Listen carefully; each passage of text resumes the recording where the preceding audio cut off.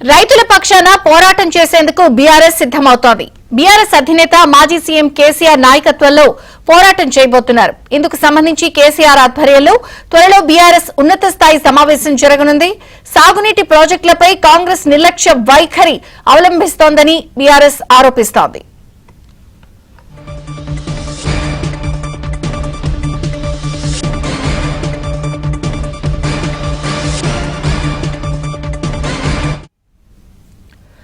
రైతుల పక్షాన పోరాటం చేసేందుకు బీఆర్ఎస్ సిద్దమవుతోంది. బీఆర్ఎస్ అధినేత మాజీ సీఎం కేసీఆర్ నాయకత్వంలో పోరాటం చేయబోతున్నారు. ఇందుకు సంబంధించి కేసీఆర్ ఆధ్వర్యంలో త్వరలో బీఆర్ఎస్ ఉన్నత స్థాయి సమావేశం జరగనుంది.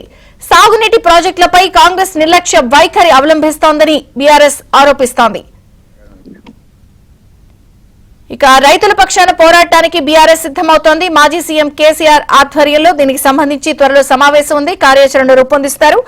పూర్తి వివరాలు నరేష్ అందిస్తారు. నరేష్, మాజీ ముఖ్యమంత్రి బీఆర్ఎస్ అధినేత కేసీఆర్ త్వరలో సాగునీటి ప్రాజెక్టుల మీద పోరాడానికి సిద్దమవుతున్నారు.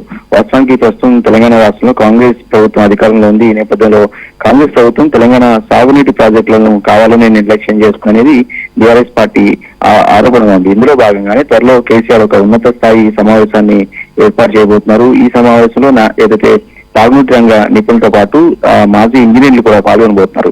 మొత్తంగా తెలంగాణ రాష్ట్రం ఏర్పడిన తర్వాత బీఆర్ఎస్ పార్టీ అధికారంలో 10 ఏళ్లు ఉంది. ఈ 10 ఏళ్లలో తెలంగాణ రాష్ట్రానికి సాగునీటి ప్రాజెక్టులకు ఎంత ప్రాధాన్యత ఇచ్చింది అనే అంశం మీద కేసీఆర్ ఈ సమావేశంలో వివరించిపోతారు. అలాగే ఏడాదిన్నర క్రితం కాంగ్రెస్ ప్రభుత్వం తెలంగాణ అధికారంలోకి వచ్చింది. ఈ ఏడాదిన్నరగా అనేక ప్రాజెక్టులు ఏదైతే నత్తనడక నడుస్తున్నాయి ఇవి కూడా ముందుకు వెళ్ళట్లేదు.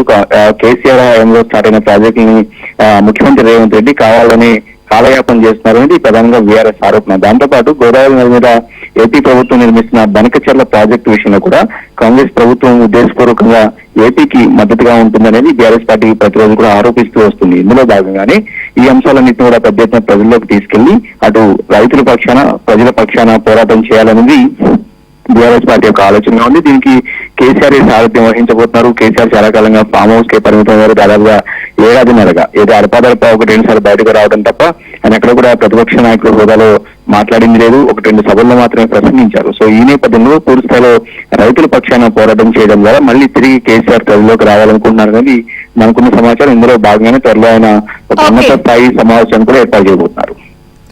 Thank you Naresh.